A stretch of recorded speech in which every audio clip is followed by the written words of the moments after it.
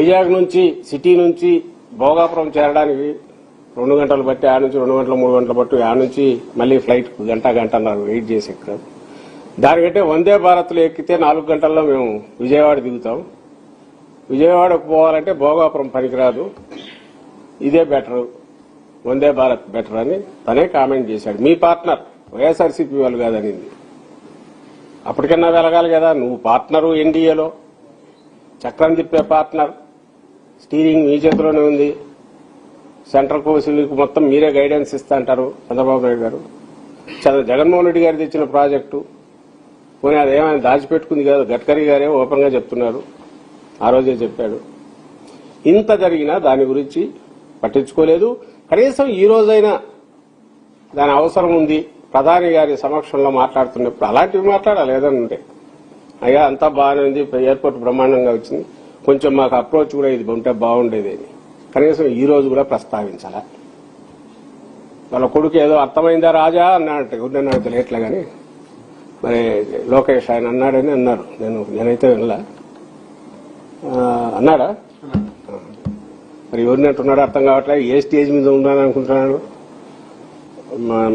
ప్రధాని సమక్షంలో ఏం మాట్లాడాలో కూడా అర్థమైనట్లేదు, ఏ కోరిక కోరాలనో కూడా అర్థమైనట్లే.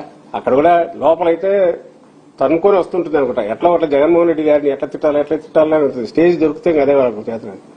కేవలం ఆయన చూసి కొంచెం కట్టడి చేసుకున్నట్టున్నారు. అక్కడ తట్టుకోలేక అర్థమైంది రాజా అన్నప్పుడు ఎవరున్నాడో ఎందుకున్నాడో నాకైతే తెలియదు. మరి అది కూడా జగన్ గారిని ఉద్దేశించి ఆయన వింటాడు అనుకుంటున్నా. సో ఇది పరిస్థితి. సో నువ్వు అప్రోచ్ లేకుండా చేసావు. దాని గురించి జగన్మోహన్ రెడ్డి గారు తెచ్చిన పర్మిషన్ ఉంది, అది కూడా ఉపయోగించుకోలేకపోయావు. ఎయిర్పోర్ట్ నువ్వు కట్టింది లేదు. లాస్ట్ లో నీకొచ్చిన అదృష్టం ఏదైతే ఆ సంవత్సరం 2 ఏళ్లు నువ్వు గవర్నమెంట్లోకి వచ్చావు కాబట్టి ఆ మిగిలింది పూర్తి చేసి 2 ఏళ్లు తీసుకుని సంవత్సరంలో జగన్మోహన్ రెడ్డి గారు 20లో అన్ని 23లో శంకుస్థాపన చేసి సంవత్సరంలో ఆయన చేసిన 30వ వంతు పైగా ఆయన చేస్తే నువ్వు 2 ఏళ్లు తీసుకొని నీకు కోవిడ్ లేదు, ఇంకా లేదు, ఏం ప్రాబ్లం లేదు, నువ్వు చేసింది ఏంటంటే ఇప్పటికీ దాన్ని పూర్తి చేయగలిగావు. అయితే నేను మళ్ళీ అంటున్నా, తీసుకో, క్రెడిట్ తీసుకో, ఇంకోటి చేసుకో, బట్ ఖచ్చితంగా జగన్మోహన్ రెడ్డి గారికి ఎలాగో ఇవ్వవు కానీ ఎదురు బ్లేమ్ చేయడము, తప్పుడు ప్రచారం చేయడము కరెక్ట్ కాదు. ఇది ప్రజలకు తెలియాలి కాబట్టి నేను ఇంత స్ట్రెయిన్ తీసుకుని ఇదంతా ఎక్స్ప్లెయిన్ చేస్తున్నా. ఇదే కాదు, మొన్న కూడా కడప స్టీల్ ప్లాంట్ ఎవరు తెచ్చింది, నువ్వు వచ్చి ఏం చేసినావు, 18 బెదరగొట్టి అసలు తిరగలేకుండా 2 ఏళ్లు పట్టింది. మళ్ళీ ఇప్పుడు మళ్ళీ అదే పని చేస్తున్నావు. నేను స్టీల్ ప్లాంట్ తెచ్చిన అంటాం. నేను చంద్రబాబు నాయుడు గారిని అడుగుతున్నా, ఏ జనానికి గుర్తుండవా ఎవరు తీసుకొచ్చారు, ఎవరు తపన పడినారు, ఇంక్లూడింగ్ జగన్మోహన్ రెడ్డి గారు ఐ థింక్ ఎంపీ కావడానికి ముందే దాల్మియా సిమెంట్ ప్లాంట్ కూడా కడపకు రావాలని తపన పడి, అప్పటికి ఆయన ఎంపీ కూడా కాదు,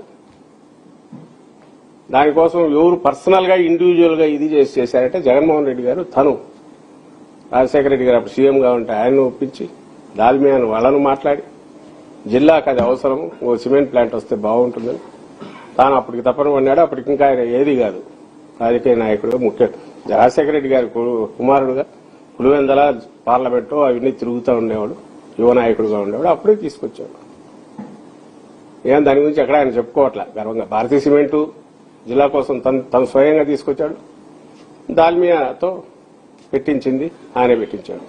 చంద్రబాబు నాయుడు గారు ఏం చేశారంటే కన్ను గుట్టి దాన్ని ఎట్లా దెబ్బ కొట్టాలని తప్పుడు కేసులు పెట్టించి వాళ్ళని కోర్టుకు తిప్పి ఈ మధ్య వాళ్ళ కొడుకు ఏదో దాల్మియాలు బ్రహ్మాండంగా ఇండస్ట్రియల్ లెవెల్ ఎక్కడి నుంచి వచ్చింది, ఎవరు పెట్టించింది, ఎవరు దానికి ప్రోత్సహించింది, ఎవరు రిక్వెస్ట్ చేసింది, జగన్మోహన్ రెడ్డి గారు.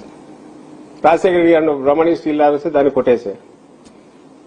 దాన్ని మళ్ళీ వాళ్ళు ఇప్పటికి కూడా మళ్ళీ ఏదేదో కుంభకోణాలు అంటున్నారు. స్టీల్ ప్లాంట్ రాకుండా అట్లా చేశారు. రెండోసారి మళ్ళీ ఇప్పుడు జగన్మోహన్ రెడ్డి గారు వచ్చాక చేయబోతే దాన్ని ఆ ఇండస్ట్రీస్టు ఆ ప్రమోటర్ను కూడా బెదరగొట్టి ఇప్పుడు మళ్ళీ 2 ఏళ్లు అయిన తర్వాత ఇంకా రేపు పొలిటికల్ గా ఫేస్ చెల్లదు. రాయలసీమలో తిరిగినా ఇక్కడ అమరావతి అని చెప్పి ఇంత చేస్తూ అక్కడ అసలు పట్టించుకోకపోతే కుదరదు అనుకున్నాడు. ఏదో కానీ కొంచెం మమ అనిపించేట్టు ఒక కార్యక్రమం చేసి అయిపోయేసారు చంద్రబాబు నాయుడు గారు.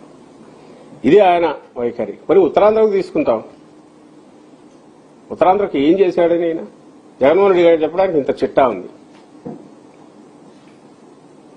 ఎన్ని మెడికల్ కాలేజీలు కానీ ఈయన అమ్మాలని చూసేవాటి.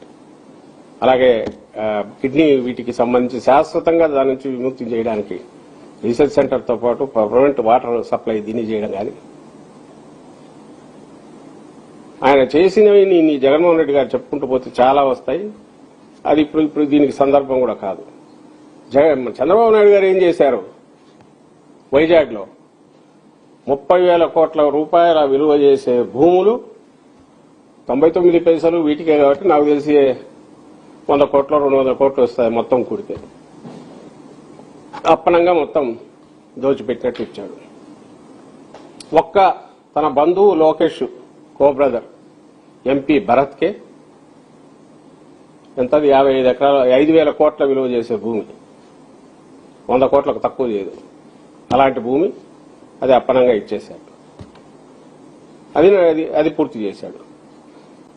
హరిత రెస్టారెంట్, హరిత రిసార్ట్ ఆల్రెడీ కొండ మీద ఉన్న కొండని ప్రభుత్వానికి ఉపయోగపడేది ఫ్యూచర్ లో గర్వంగా చెప్పుకోగలిగిన ఇంకొక కలికితురాయిలాగా ఉండాలని స్ట్రక్చర్స్ ఆడ నిర్మిస్తే జగన్మోహన్ రెడ్డి గారు దాన్ని విలాసవంతమైన భోగము ఏదో సొంతంగా కట్టుకున్నట్టు. ఇది సొంతం జగన్మోహన్ రెడ్డి గారిది. ఇప్పుడు మనం ఉండేది అది గవర్నమెంట్ది. జగన్మోహన్ రెడ్డి గారు సొంతంగా ఒక ప్యాలెస్ కట్టుకున్నట్టు అసలు అంత విలాసవంతమైన దాన్ని ఇదేదో చేసి మరి విలాసవంతమైతే జగన్ గారు అధికారంలో లేకపోయినా ఈ రోజు తనే ఉండాలి. అక్కడ లేడే మరి ప్రభుత్వం ఉంది. రిషికొండను బోడిగుండు చేశారని చెప్పి దాని దగ్గర పోయి ఒకటి సెల్ఫీలు ఫోటోలు తీసుకుని ఈరోజు వైజాగ్ లో ఒక్క కొండను వదలట్లే, మొత్తం కొండలన్నీ బోడిగుండ్లే చేసి పడేస్తున్నారు అని చేస్తున్నారు అయిపోతుంది.